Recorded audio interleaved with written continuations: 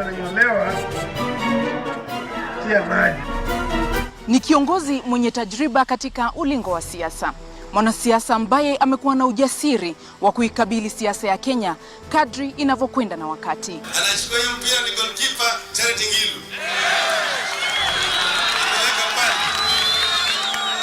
Amepiga mpira hiyo kwa mbele, kule mpira umepata Uhuru Kenyatta.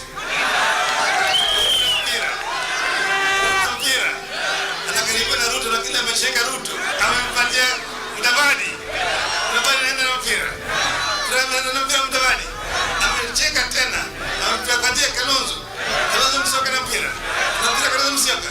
Anapatia Kalonzo. Anapatia Raila.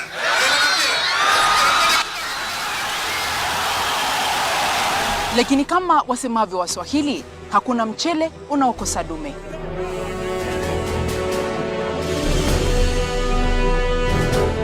There are no sacred cows in ODM. Hatutaruhusu unyakuzi wa chama kwa njia yoyote. Wanachama wanajulikana kwa vitendo na maneno. Katika safari hii amempoteza pia Otieno Kajwang, ambaye kando na kuwa rafiki na msiri wake mkubwa, alikuwa mwamba wake wa kisiasa eneo la Luo Nyanza tangu kuaga dunia kwa Jaramogi Oginga Odinga. Je, changamoto hizi zitamjenga Raila Odinga au ndio zitatilia kikomo safari yake katika ulingo wa siasa? Tatumia risasi ya mwisho.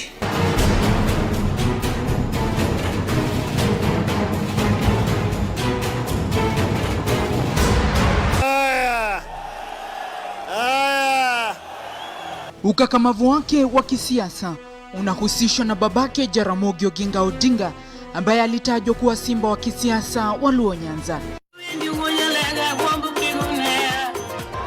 Na kwa kuwa moto huzaa moto, ndivyo ilivyo kwa Raila Odinga, ambaye anaonekana kurithi mengi yanayofungamana na siasa kutoka kwa babake.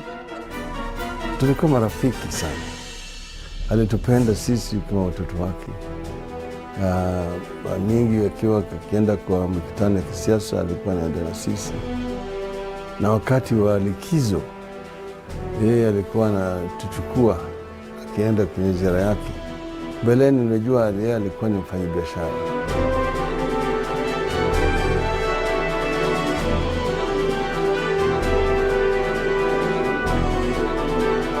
Alizaliwa katika boma la Mary Juma Odinga na Jaramogi Ajuma Oginga Odinga mwaka 1945.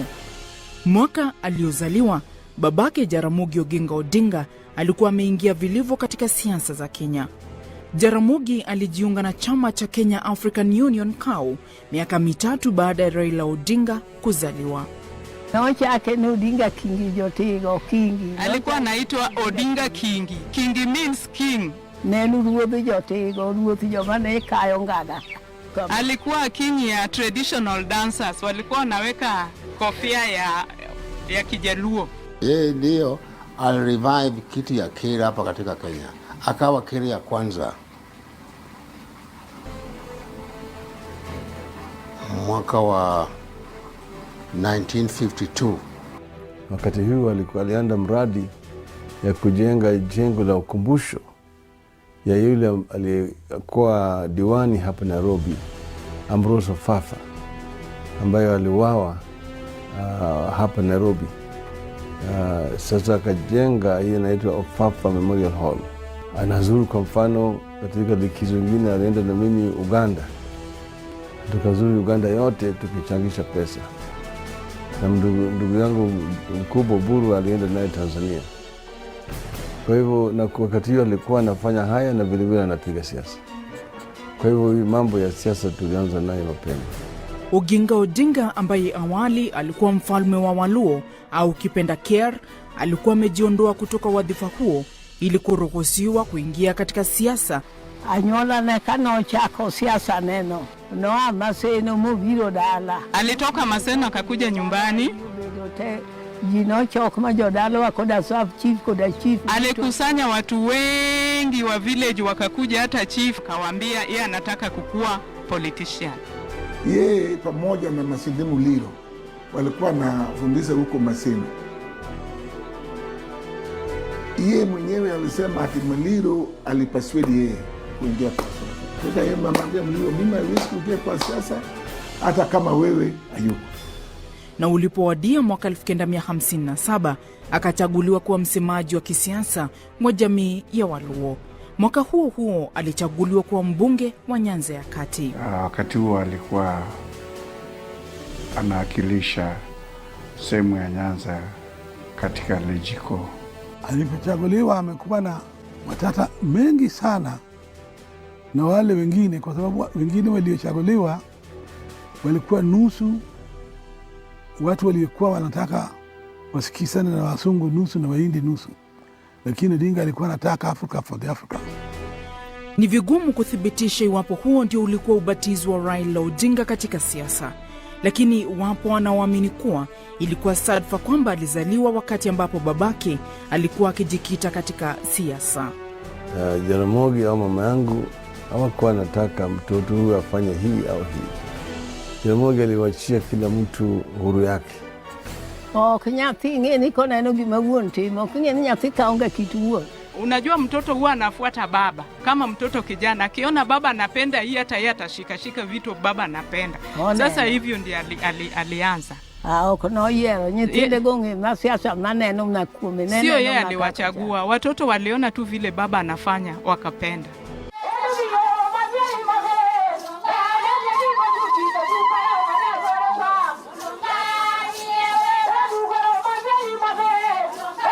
Hangependa Raila ndiye awe siasa kwa sana, angepafi uburu mkubwa, lakini aliniambia Odinga mwenyewe ya kwa Raila ndio itachukua uongozi. Sema kwa gani? Ya kwanza ulisema ni uburu. Anasema mama yake kama hajakufa, aliniambia wewe nimemfanya mtoto wangu kushikwa, kupigwa. Sasa mimi naenda kufa na yeye is in exile kwa sababu ya siasa yako.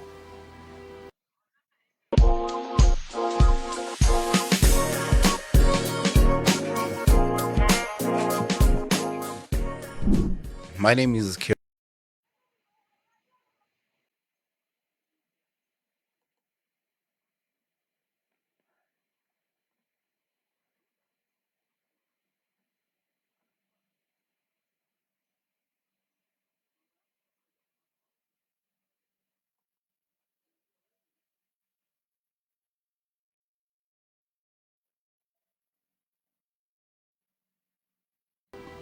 Kwa hivyo yeye ndio utampa yeye. Odinga ananiambia. So I had to tell people that Odinga wanted Raila to take over. Siasa imekuja peke yake. Manake nilianza siasa nikiwa mdogo, nikiwa mwanafunzi katika chuo kikuu. Ni familia iliyoenziwa na bado inaenziwa sana na jamii ya Waluo. Wengi wakisema ni kutokana na mchango na kujitolea kwa Jaramogi Oginga Odinga katika kufaidi jamii ya Waluo. Alijulikana kama Jaramogi kwa maana ya mtu wa watu wa Ramogi. Almost anybody who in a way came up to give them hope, you'd find people going in that direction. But that being as it were, is not to mean that it was the right thing to happen. Maybe it's got to do with the leadership deficit that the country has had. Kenya, in my view, remains a sleeping giant because of that. Mapenzi ya baba ya Raila ndio imemwendeleza Odinga, Raila Odinga. Na tena pia ujuzi wake na ujasiri wake imefanya naye jamii ya Waluo kumpenda yeye. Sawa na babake ambaye alikuza sana biashara. Alipomaliza masomo mwaka 1971, Raila Odinga ambaye alikuwa mhadhiri katika chuo kikuu cha Nairobi tangu alipowasili nchini kutoka nchini Ujerumani, aliingilia sekta ya biashara na kufungua kiwanda cha kutengeneza mitungi ya gesi. Mwaka wa 1974 akaingia katika halmashauri ya ubora wa bidhaa na kupandishwa daraja na kufanywa naibu mkurugenzi wa kiwanda hicho. Hapo sasa ndio mambo yalianza kumwendea mrama. Alikamatwa na kuzuiliwa kwa muda wa miezi 6 kwa tuhuma za kuhusika katika jaribio la kuipindua serikali ya rais mstaafu Daniel Arap Moi. Kwanza sisi tulikuwa kikundi ambayo tulikuwa tunajiita wakombozi, na hii kikundi ilijumuisha wale wa Kenya ambao walikuwa wanataka mabadiliko, kuondolewa kwa ile fungu ambayo waliweka kwenye katiba ambayo ilikuwa inaitwa Section 2A ya kupiga marufuku kwa sajilishwa kwa chama kingine japokuwa ni mama na dada, yani KANU. Tulianza hii wakati tulienda kufanya kampeni Mheshimiwa James Orengo kule Ugenya. Tukafanya kampeni kwa Phibia Sio kule Karachuani, na tukaelekea kule Nyeri mjini kufika kampeni kwa jamaa alikuwa anaitwa Ong'ondi wa Kariuki. Hapo ndio kukawa sasa kuna shida na kukawa na ile majaribio ya kupindua serikali na kikosi cha wanahewa, na sisi vile vile tukashikwa, na mimi na wenzangu tukashtakiwa kwa kupanga majaribio ya kupindua serikali, lakini walikuwa hawana ushahidi. Baada ya kuwekwa rimandi kule kamiti kwa miezi 6, wakalazimishwa kuondoa hiyo shtaka. Kwa hivyo nataka ijulikane kwamba serikali yenyewe ili withdraw hiyo shtaka na ikaweka kwa kimombo nolle prosequi. Lakini baadaye tukashikwa hapo mahakamani na tukapelekwa gerezani sasa kama detainees. Tukazuiwa kisiasa. Nikauliza miaka 6 huko gerezani. Mamake alifariki akiwa bado kizuizini mwaka 1984, na ilichukua maafisa wa magereza miezi 3 kumjulisha kuhusu kifo cha mamake. Wakati mama alipoaga, ndugu wangu mkubwa Dr. Oburu alinitumia mimi telegram kuniarifu ati mama ameondoka. Akauliza serikali iniruhusu niweze kwenda kuzika mama yangu. Hiyo telegram ilichukua miezi 3 kabla hawajanipatia. Walipokuwa wananiletea mimi hiyo telegram, jamaa alikuwa ananiangalia kimacho ikiwa kama ningekuwa ni mtu mwingine amenivutia, lakini mimi nikajifanya mimi ni hasira zaidi. Stop taking meeting notes and let ClickUp AI Note Taker do it for you. It allows you to focus on your meetings, not your notes. It captures everything. Alisalia gerezani hadi Februari mwaka 1988, lakini akajipata tena gerezani miezi 7 baadaye kwa tuhuma za kujihusisha na wanaharakati waliokuwa wakipigania mageuzi na mfumo wa vyama vingi. Torture chambers ambazo zimejengwa kuweka watu huko ndani. Mimi nimekuwa huko Nyayo House, nimekaa huko usiku 10 nikipigwa, nikiwekwa kwa maji na yale yote. Aliachiliwa huru mwaka 1989 na kukamatwa tena tarehe 5 mwezi Julai mwaka wa 90, siku 2 kabla ya maandamano ya 77 kufanyika. Alikamatwa akiwa pamoja na waziri wa zamani Kenneth Matiba. Japo serikali ilidhania kwa kuwazuilia watatu hao maandamano ya 77 yangesitishwa.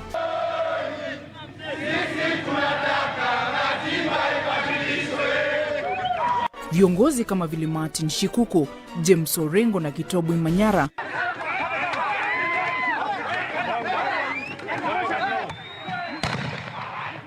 waliongoza maandamano ambapo watu zaidi ya 100 walifariki. Raila Odinga aliachiliwa Juni 21 mwaka 1991. Kilichojitokeza bayana kwenye vita hivi ni harakati za kupigania mageuzi nchini na hasa mabadiliko kwenye katiba ambayo yangeruhusu mfumo wa vyama vingi.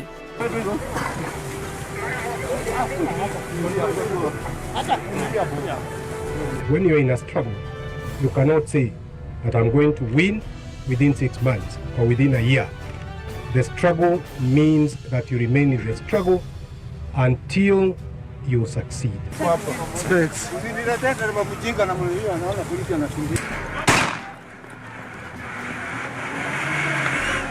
Alipoachiliwa huru, Raila Odinga alielekea mafichoni nchini Norway kufuatia madai kwamba palikuwa na njama ya kumuua. Hii ilikuwa baada ya kuwekwa ndani mara ya 3. Na wakati huo ndio rafiki yangu Marekani ambaye alikuwa anafanya kazi ya ujasusi alikuja akaniambia ati hao jamaa wana mpango mbaya. Niliondolewa hapa na mimi nikatoka mpaka nikaenda mpaka Kampala. Na kutoka kule Kampala nikafanya mpango na nikaenda huko Norway, pale ambapo nilikuwa kama mkimbizi wa kisiasa. Tukitaka kuimarisha chama cha KANU lazima tuangalie kwamba tunasafisha. Na kusafisha sio kusema kusafisha na kuna Ford ndani yake, ili tuone hawa walio katika siasa, wale walio watumishi wa serikali, tuondoe ile section ya katiba ya Kenya ya 2A. Na pindi kipengee 2A cha katiba kilipoondolewa, Raila Odinga karejea nchini kujiunga na Ford Kenya kilichokuwa kikiongozwa na babake Jaramogi Oginga Odinga.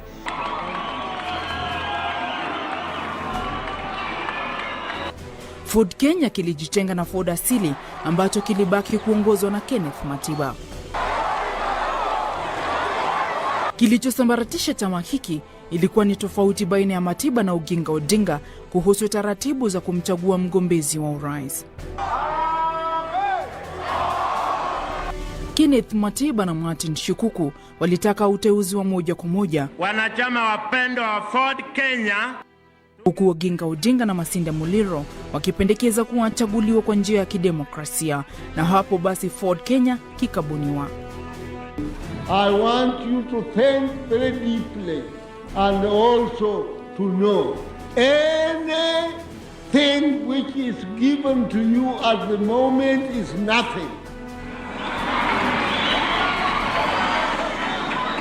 Put on your ukanda. Funga sawa sawa. Sasa tutakuwa na rais mpya, Kenneth Matiba. Sisi kama Young Turks, tulikuwa naitwa Young Turks. Tulikuwa 5. Paul Mwite, Anyang' Nyong'o, James Orengo, Joe Ager na mimi. Wa 6 mwingine alikuwa ni Jaramogi. Yeye ndiye tulikuwa tunasema yeye ndio alikuwa ni the oldest of the Young Turks. Tulikuwa atuangalie ukabila yetu. Wewe unatoka kabila hii au kabila hii. Sisi tulikuwa tunapigania kama wazalendo wa Kenya. Baadaye tukaleta wazee pamoja. Na mpaka tukapigania mpaka section 2 ikaondolewa. Wakati tangazo linaondolewa, kikundi kikajitokeza inaitwa Friends of God. Friends of Ford. Ni marafiki ya Ford. Hawa ni walikuwa ni viongozi walikuwa ndani ya KANU kwa miaka hizo zote. Lakini sasa walikuwa wanaona kama kuna hizi mawimbi inakuja yenye nguvu. Wakaanza kujitoa kule kuja pande hii. Wakati huo hata DP vilevile iliundwa.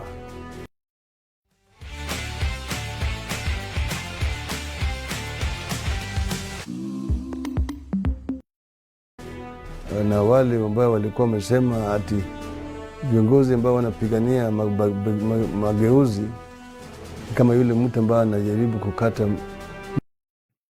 mti ya mgumu na wembe. Lakini sasa wao vile wakaondoka kule wakaanza chama chao. Hawa ndio walileta siasa duni ya ukabila ndani ya Ford.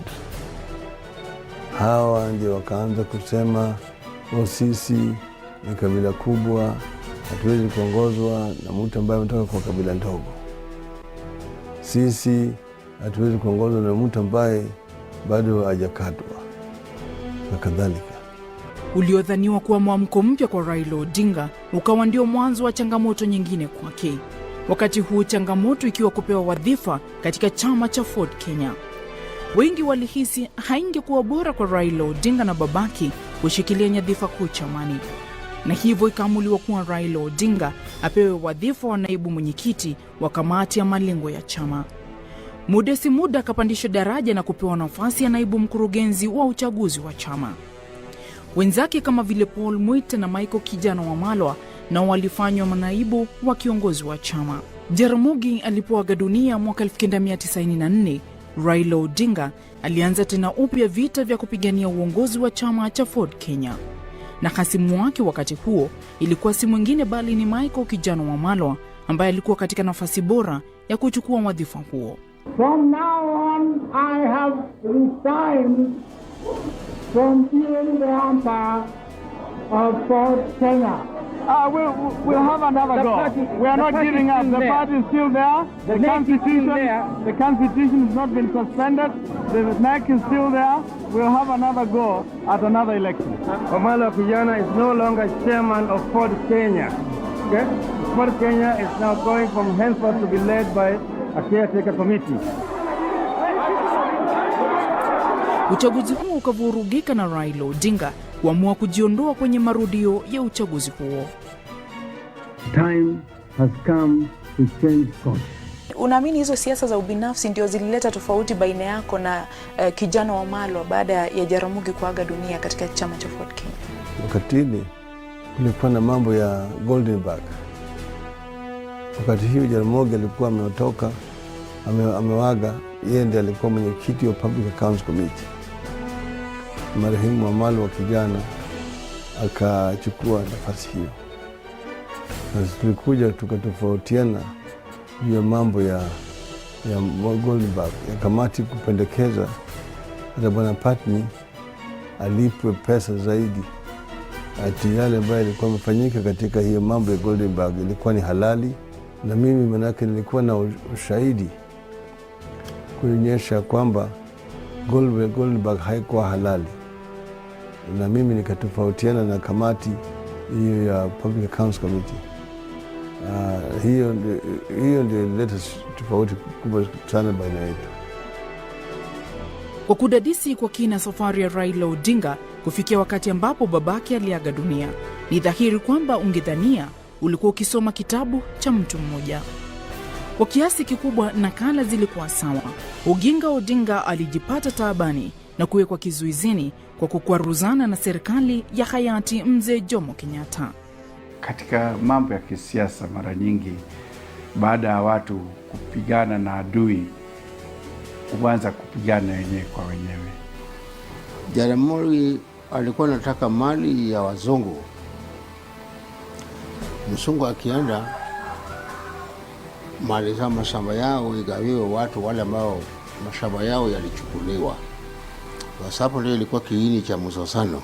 What Jaramogi was telling him, the people around him did not want to hear.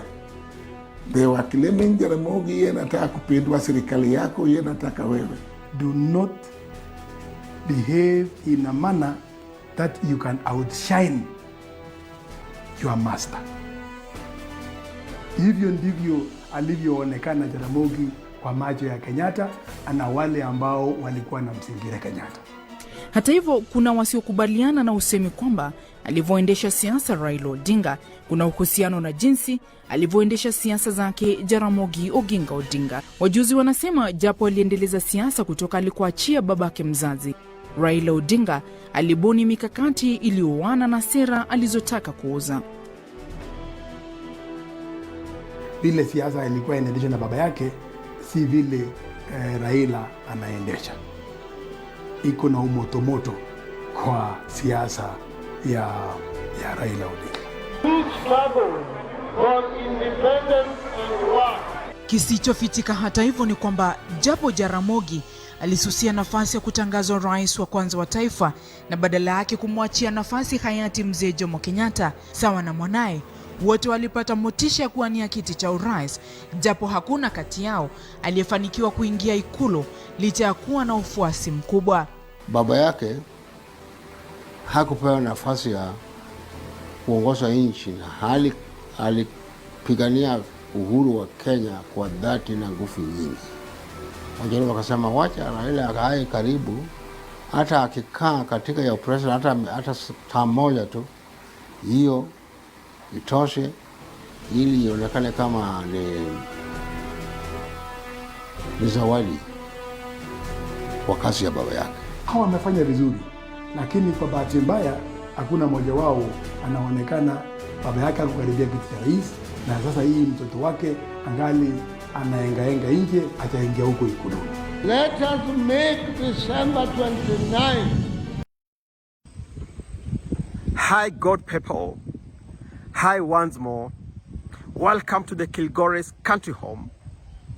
I had to come back here to show you guys how the landscape is faring on, and also our high-end furnishings. Look at this. This development has quite a number of structures. Here we got our main house, a 4-bedroom all-ensuite main house. Up there we got our gazebo and the outdoor kitchen. Behind the main house we got the detached guest wing and also DSQs. So I'll show you guys first the exterior, then we can delve into the interior. Down there we got the playground. Down here you'll have your helipad. You know, enough space for the helipad. Then the main house, the 4-bedroom main house. Right there, our gazebo. 1992, a turning point in the history of this nation. Ari ya Jaramogi ya kuingia ikulu ilidhihirika alipojitosa kinyang'anyironi kwa tiketi ya chama cha Ford Kenya, punde baada ya Ford kugawanyika. Hata hivyo ndoto yake haikutimia na badala yake kujipata katika nafasi ya 4 kwa 17.5% za kura zilizopigwa. Hata hivyo alifaulu kurejea bungeni na kuwa mbunge wa Bondo, japo hakupata tena nafasi ya kuwania urais. Aliaga dunia mwaka 1994.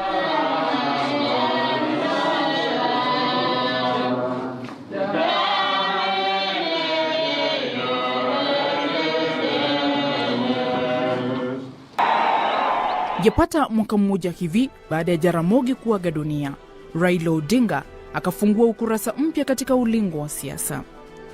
Alijiuzulu kutoka nafasi ya ubunge eneo la Lang'ata, nafasi aliyopata kupitia chama cha Ford Kenya, na kujiunga na chama cha National Development Party NDP. Niliona kwamba hakuna haja ya sisi kusukumana ndani ya chama ikiwa kama tuna tofauti.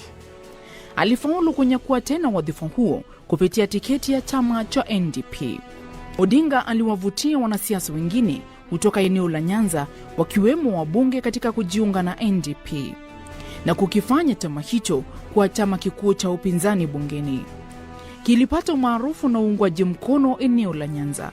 Umaarufu wake ulifanikiwa kuwarejesha bungeni wabunge 21 baada ya uchaguzi wa mwaka 1997. Members of this party have placed a very great responsibility upon me to try to build this party to be a strong party that can be able to win the next general elections. Na huo ndio ulikuwa mwanzo wa safari yake ya kuingia ikulu.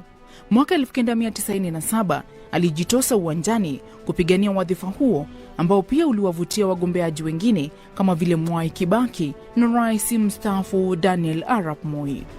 Hata hivyo, Raila aliridhika na nafasi ya 3 nyuma ya Moi na Mwai Kibaki.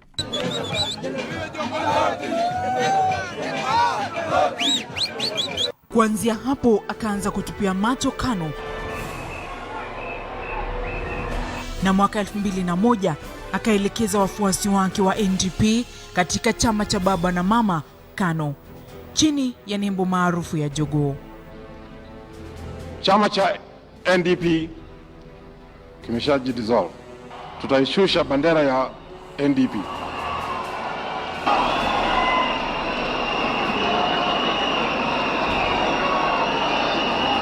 Then they raise the other one. They beat the man.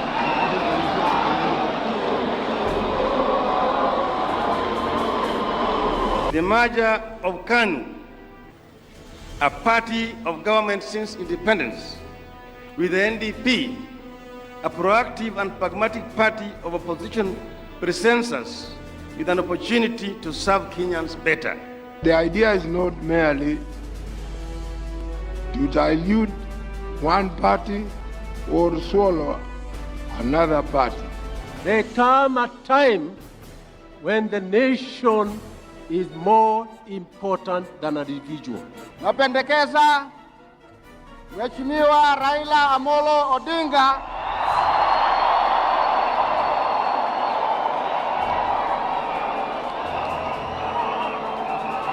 awe katibu mkuu.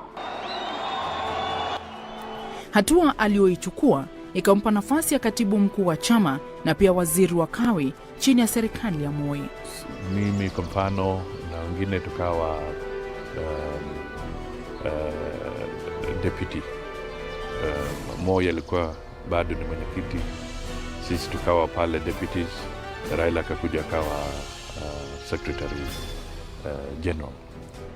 Kumbuka, katika vita vya kupigania mfumo wa vyama vingi alikuwa hasimu mkubwa wa utawala wa Moi. Lakini kwa kuwa hakuna maadui wa kudumu katika ulimwengu wa siasa, wakaamua kulisakata rumba la siasa kwa mahadhi ya taratibu. Moi baba wetu, ndiye taa Kenya.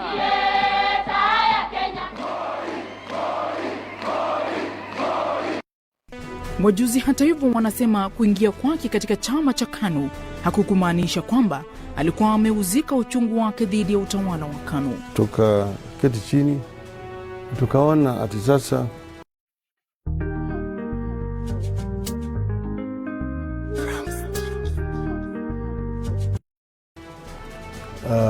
Moi anaanza kustaafu. Kuna eneo mingi ya Kenya ambayo zilikuwa wakati huo zimezuiliwa, upinzani ilikuwa hawezi kuingia eneo hizo. Na tukaona ati hatuwezi kupata hiyo ikiwa kama KANU ambayo ilikuwa ni chama tawala iko nje. Tukaanzisha sera ambayo ilikuwa inaitwa Cooperation of all political parties. Baadaye tukakubaliana tufanye ile kitu inaitwa partnership. Baada hiyo ushirikiano basi ndio sasa tukaongea na KANU. Tukasema sisi hatuwezi kuingia kwa KANU ile chafu, mpaka iwe KANU mpya, sera mpaka iwe tofauti. Ndio sababu tukaita New KANU. Kuna kama yule katibu mkuu wakati ule Joseph Kamotho na wale wengine ambao wakishikilia vitu vya kitaifa, walikuwa na wasiwasi sana wakati walipoona jambo la maja kati ya NDP na KANU. Na wakati huo sasa ndio Moi akatuchukua sisi wengine, akatuambia kama the young people, akasema nyinyi muende mkae mjaribu kutusaidia vile maja hii ya KANU na NDP inaweza fanyika. Alikuwa ameiona nafasi ya kupanua mbawa zake katika siasa na hakusita kuinyakua. Lakini hata kabla ya kupaa, ataja moja kwanza, alafu atafanya mwingine.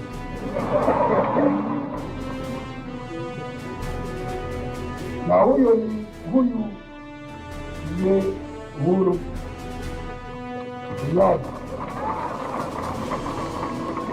Mbawa hizi zikanyuma makali mwaka 2002 pale Moi alipomchagua Uhuru Kenyatta kuwa mrithi wake wa kisiasa. Tulipokuwa kule ndani, kukawa kuna mvurutano huko ndani, ili KANU ya mkongwe na New KANU, mpaka tukafika wakati ambayo Moi mwenyewe anasema yeye ndiye anateua yule ambaye atakuwa candidate ya chama. Na nikamwambia kupana, kama tuliingia hapa na tulikubaliana, masharti ilikuwa ni ya kwamba chochote ambaye atachaguliwa mpaka apigwe kura na wanachama wa chama. Yeye akaenza mahali akatangaza tayari ameteua yule ambaye atamrithi. KANU basi ndio hiyo. KANU hiyo sasa, mama na baba, mmoja anakuja anasema anaona Uhuru ndio anatosha. Sasa pale tukapitana. Ya? Nikasema sasa imekuwa project haiwezekani sasa. Basi tukakosana, basi tukatoka. Na mimi kwanza nilikuwa nimetetea kiti changu. Sasa walikuwa wanaona hawa kwamba huyu Kalonzo sasa ana mafikira ya kuongoza nchi, wacha tumkate miguu. Kilichomghadhabisha Raila na wengine ni kwamba hawakudhani Uhuru Kenyatta alikuwa amekomaa kisiasa. Kila mtu ana haki ya kusema mimi nataka hii, mimi nataka hii. Sivyo?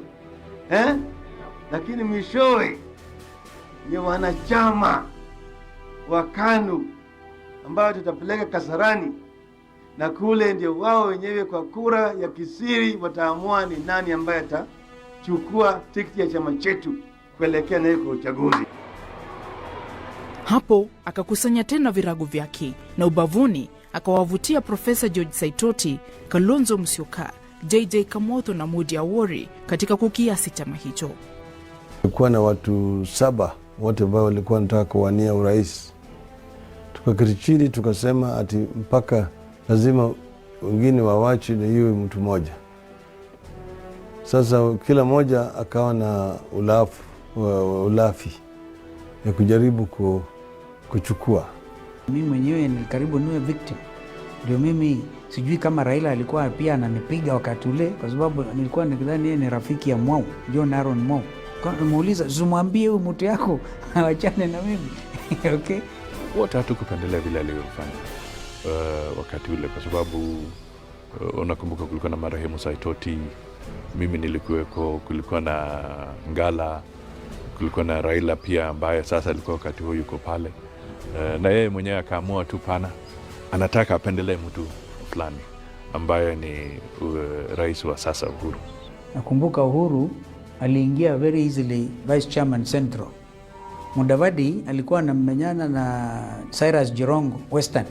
Mpaka nakumbuka Jirongo akisema huyu mjamaa amelia, nimemwachia hicho kiti. Katana Ngala akachaguliwa easily huko Coast. Mimi ngoja nipingwe. My friend Joe Nyaga kutoka Eastern anasimama. Mwau. Nakumbuka Mwau anasimama. Wao hao wengine withdraw, mimi nabaki tuende sasa Kasarani on the floor. Joe aliona mood akajiondoa. Kabaki mimi na Mwau tunaenda kule, nikapata proposal, Mwau hakupata proposal. Alipata proposal no second. Basi nikachaguliwa tarehe 18 March 2002 as a vice chairman. June nimetangaza I'm running for president. Naye mzee Moi anaenda anasema Wakalenjin walitokea Bisujii Mlima Elgon, akatangaza candidature ya Uhuru kule. Nikabiti hiyo deadline yake. Basi kikaumana sasa. Rainbow. Mimi nikaanzisha rainbow, inchi ikawa rainbow. Kumbe na kina Kibaki na kina Charity Ngilu na Wamalwa nao kwa na NK ambayo haina nguvu. Okay? Ilikuja ikawa energized na rainbow.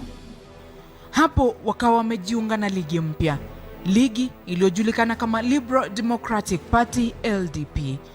Katika mchuano huu akawasajili wachezaji zaidi kutoka timu ya NAK ya Mwai Kibaki, na hapo ukabuniwa muungano maarufu wa NAK.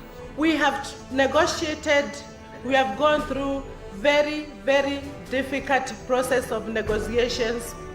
I know many of our friends may not have been happy with what we have been doing. We have been called names. We have been told that we will not get anywhere. But I want to say that those prophets of doom have now been proved wrong. Rainbow and NAK are today in the same democratic boat. Today, we are gathering to cement our unity ahead of victory. This is the ultimate solution to the removal of Moi from power and the casting to the bushes of his so-called project. This initiative was inspired by one burning desire by the Kenyans to see a united democratic front within the opposition that can rid this country of authoritarian rule and restore democracy to our motherland.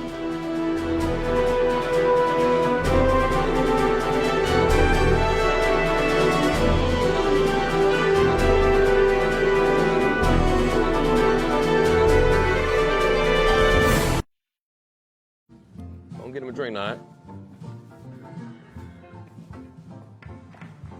Ooh, y'all boys look like y'all done had a rough night.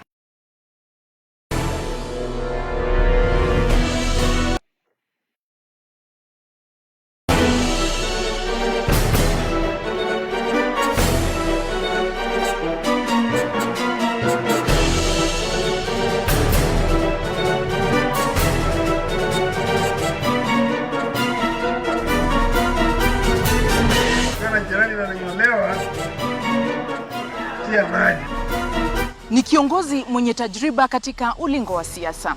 Mwanasiasa ambaye amekuwa na ujasiri wa kuikabili siasa ya Kenya kadri inavyokwenda na wakati. Anachukua hiyo mpira ni goalkeeper Charity Ngilu. Amepiga mpira hiyo kwa mbele, kule mpira umepata Uhuru Kenyatta. Mpira. Anakaribia na Ruto lakini ameshika Ruto. Amempatia Mudavadi. Mudavadi anaenda na mpira. Mudavadi. Amecheka tena. Amempatia Kalonzo. Kalonzo msoka na mpira. Anampatia Kalonzo msoka. Anampatia Kalonzo. Anampatia Raila. Raila na mpira. Lakini kama wasemavyo Waswahili, hakuna mchele unaokosa dume.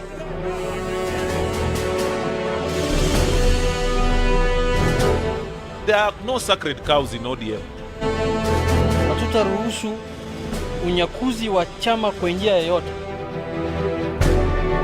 Wanachama wanajulikana kwa vitendo na maneno. Katika safari hii amempoteza pia Otieno Kajwang, ambaye kando na kuwa rafiki na msiri wake mkubwa, alikuwa mwamba wake wa kisiasa eneo la Luo Nyanza tangu kuaga dunia kwa Jaramogi Oginga Odinga. Je, changamoto hizi zitamjenga Raila Odinga au ndio zitatilia kikomo safari yake katika ulingo wa siasa? Natumia risasi ya mwisho.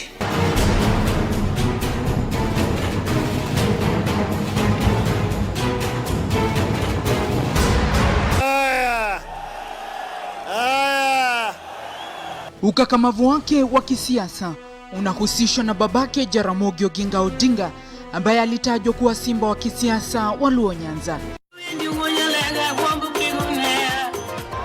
Na kwa kuwa moto huzaa moto, ndivyo ilivyo kwa Raila Odinga, ambaye anaonekana kurithi mengi yanayofungamana na siasa kutoka kwa babake.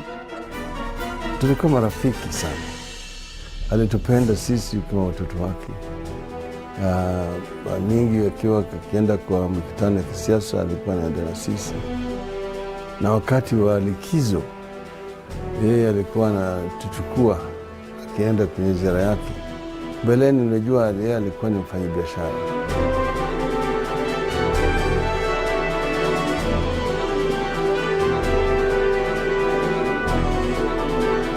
Alizaliwa katika boma la Mary Juma Odinga na Jaramogi Ajuma Oginga Odinga mwaka 1945. Mwaka aliozaliwa, babake Jaramogi Oginga Odinga alikuwa ameingia vilivyo katika siasa za Kenya. Jaramogi alijiunga na chama cha Kenya African Union KAU miaka 3 baada ya Raila Odinga kuzaliwa. Odinga Kingi Jotego Kingi. Alikuwa anaitwa Odinga Kingi. Kingi means king. Alikuwa king ya traditional dancers, walikuwa wanaweka kofia ya Kijaluo. Yeye ndio alirevive kiti ya Kenya hapa katika Kenya. Akawa Kenya ya kwanza mwaka wa 1952. Wakati huu alianza mradi ya kujenga jengo la ukumbusho ya yule aliyekuwa diwani hapa Nairobi, Ambrose Fafa, ambaye aliuawa hapa Nairobi. Sasa akajenga hii inaitwa Ofafa Memorial Hall. Anazuru kwa mfano katika likizo nyingine alienda na mimi Uganda. Tukazuru Uganda yote tukichangisha pesa. Na ndugu yangu mkubwa Buru alienda naye Tanzania. Kwa hivyo na wakati hiyo alikuwa anafanya haya na vile vile anapiga siasa. Kwa hivyo mambo ya siasa tulianza nayo mapema. Oginga Odinga ambaye awali alikuwa mfalme wa Waluo au kipenda Ker, alikuwa amejiondoa kutoka wadhifa huo ili kuruhusiwa kuingia katika siasa. Anyola na kano chako siasa neno. Noa Maseno mubiro dala. Alitoka Maseno akakuja nyumbani. Jinocho kama jodalo wakoda sub chief koda chief. Alikusanya watu wengi wa village wakakuja, hata chief kawaambia yeye anataka kukua politician. Yeye pamoja na Masinde Muliro walikuwa na fundisha huko Maseno. Yeye mwenyewe alisema ati Muliro alipaswedi yeye kuingia kwa siasa. Sasa yeye mamambia Muliro, mimi hawezi kuingia kwa siasa hata kama wewe hayuko. Na ulipowadia mwaka 1957 akachaguliwa kuwa msemaji wa kisiasa wa jamii ya Waluo. Mwaka huo huo alichaguliwa kuwa mbunge wa Nyanza ya Kati. Wakati huo alikuwa anawakilisha sehemu ya Nyanza katika Lejiko. Alipochaguliwa amekuwa na matata mengi sana na wale wengine, kwa sababu wengine waliochaguliwa walikuwa nusu watu waliokuwa wanataka wasikizane na Wasungu nusu na Wahindi nusu, lakini Odinga alikuwa anataka Africa for the Africans. Ni vigumu kuthibitisha iwapo huo ndio ulikuwa ubatizo wa Raila Odinga katika siasa, lakini wapo wanaoamini kuwa ilikuwa sadfa kwamba alizaliwa wakati ambapo babake alikuwa akijikita katika siasa. Jaramogi au mama yangu hawakuwa anataka mtoto huyu afanye hii au hii. Jaramogi aliwachia kila mtu huru yake. Kinyathi ngeni kona eno gimawuon timo, kingeni nyathi kaonge kitu wuon. Unajua mtoto huwa anafuata baba. Kama mtoto kijana akiona baba anapenda hii, hata yeye atashika vitu baba anapenda. Sasa hivyo ndiye alianza. Kono yero nyitinde gonge masiasa maneno na kumenene. Sio yeye aliwachagua, watoto waliona tu vile baba anafanya wakapenda.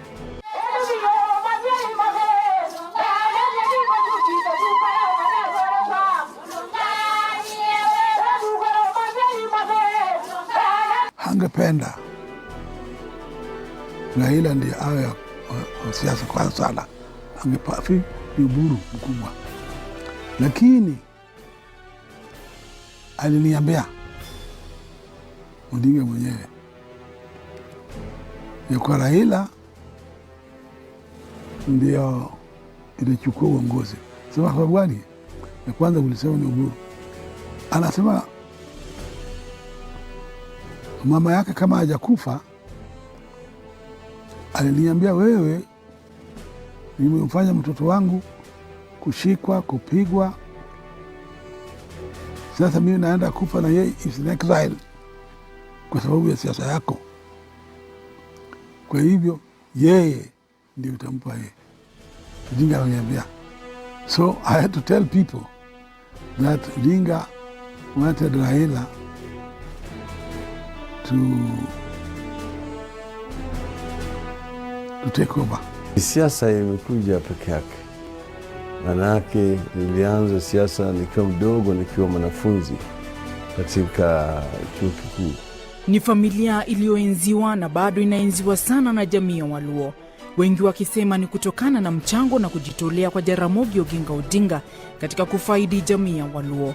Alijulikana kama Jaramogi kwa maana ya mtu wa watu wa Ramogi. Almost anybody who in a way came up to give them hope, you'd find people going in that direction. But that being as it were is not to mean that it was the right thing to happen. Maybe it's got to do with the leadership deficit that the country has had. Kenya, in my view, remains a sleeping giant because of that. Mapenzi ya baba ya Raila ndio imemwendeleza watu, imeongoza watu Waluo wapende mtoto wa Jaramogi Oginga Odinga, Raila Odinga. Na tena pia ujuzi wake na ujasiri wake imefanya naye jamii ya Waluo kumpenda yeye. Sawa na babake ambaye alikuza sana biashara, alipomaliza masomo mwaka 1971, Raila Odinga ambaye alikuwa mhadhiri katika chuo kikuu cha Nairobi tangu alipowasili nchini kutoka nchini Ujerumani, aliingilia sekta ya biashara na kufungua kiwanda cha kutengeneza mitungi ya gesi. Mwaka wa 1974 akaingia katika halmashauri ya ubora wa bidhaa na kupandishwa daraja na kufanywa naibu mkurugenzi wa kiwanda hicho. Hapo sasa ndio mambo yalianza kumwendea mrama. Alikamatwa na kuzuiliwa kwa muda wa miezi 6 kwa tuhuma za kuhusika katika jaribio la kuipindua serikali ya Rais mstaafu Daniel Arap Moi. Kwanza sisi tulikuwa kikundi ambayo tulikuwa tunajiita wakombozi, na hii kikundi ilijumuisha wale wa Kenya ambao walikuwa wanataka mabadiliko.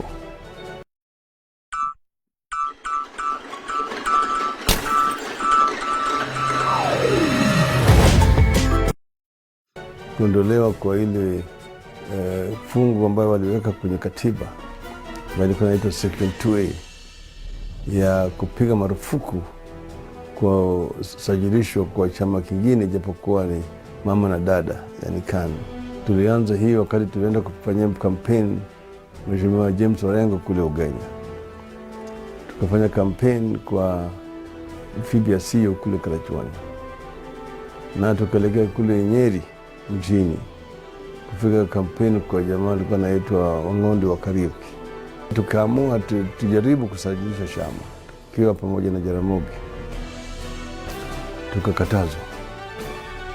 Hapo ndio kukawa sasa kuna shida na kukawa na ile majaribio ya kupindua serikali na kikosi cha wanahewa, na sisi vile vile tukashikwa, na mimi na wenzangu tukashtakiwa kwa kupanga majaribio ya kupindua serikali, lakini walikuwa hawana ushahidi. Baada ya kuwekwa rimandi kule kamiti kwa miezi 6, wakalazimishwa kuondoa hiyo shtaka. Kwa hivyo nataka ijulikane kwamba serikali yenyewe ili withdraw hiyo shtaka na ikaweka kwa kimombo nolle prosequi. Lakini baadaye tukashikwa hapo mahakamani na tukapelekwa gerezani sasa kama detainees. Tukazuiwa kisiasa. Nikauliza miaka 6 huku gerezani. Mamake alifariki akiwa bado kizuizini mwaka 1984 na ilichukua maafisa wa magereza miezi 3 kumjulisha kuhusu kifo cha mamake. Wakati mama alipoaga, ndugu wangu mkubwa Dr. Oburu alinitumia mimi telegram kuniarifu ati mama ameondoka. Akauliza serikali iniruhusu niweze kwenda kuzika mama yangu. Hiyo telegram ilichukua miezi 3 kabla hawajanipatia.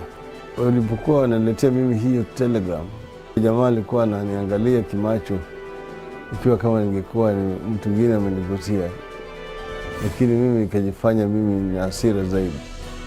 Alisalia gerezani hadi Februari mwaka 1988, lakini akajipata tena gerezani miezi 7 baadaye kwa tuhuma za kujihusisha na wanaharakati waliokuwa wakipigania mageuzi na mfumo wa vyama vingi. Torture chambers ambazo zimejengwa kuweka watu huko ndani. Mimi nimekuwa huko Nyayo House, nimekaa huko usiku 10 nikipigwa, nikiwekwa kwa maji na yale yote. Aliachiliwa huru mwaka 1989 na kukamatwa tena tarehe 5 mwezi Julai mwaka wa 90, siku 2 kabla ya maandamano ya 77 kufanyika. Alikamatwa akiwa pamoja na waziri wa zamani Kenneth Matiba na aliyekuwa wakati mmoja meya wa Nairobi Charles Rubia. Wananchi wanataka katiba ibadilishwe. Japo serikali ilidhania kwa kuwazuilia watatu hao maandamano ya Sabasaba yangesitishwa,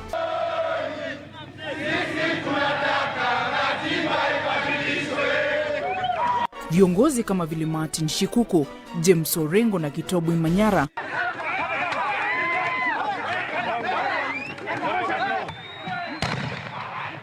waliongoza maandamano ambapo watu zaidi ya 100 walifariki. Raila Odinga aliachiliwa Juni 21 mwaka 1991. Kilichojitokeza bayana kwenye vita hivi ni harakati za kupigania mageuzi nchini na hasa mabadiliko kwenye katiba ambayo yangeruhusu mfumo wa vyama vingi.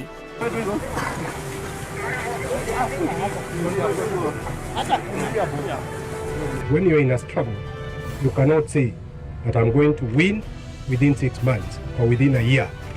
The struggle means that you remain in the struggle until you succeed.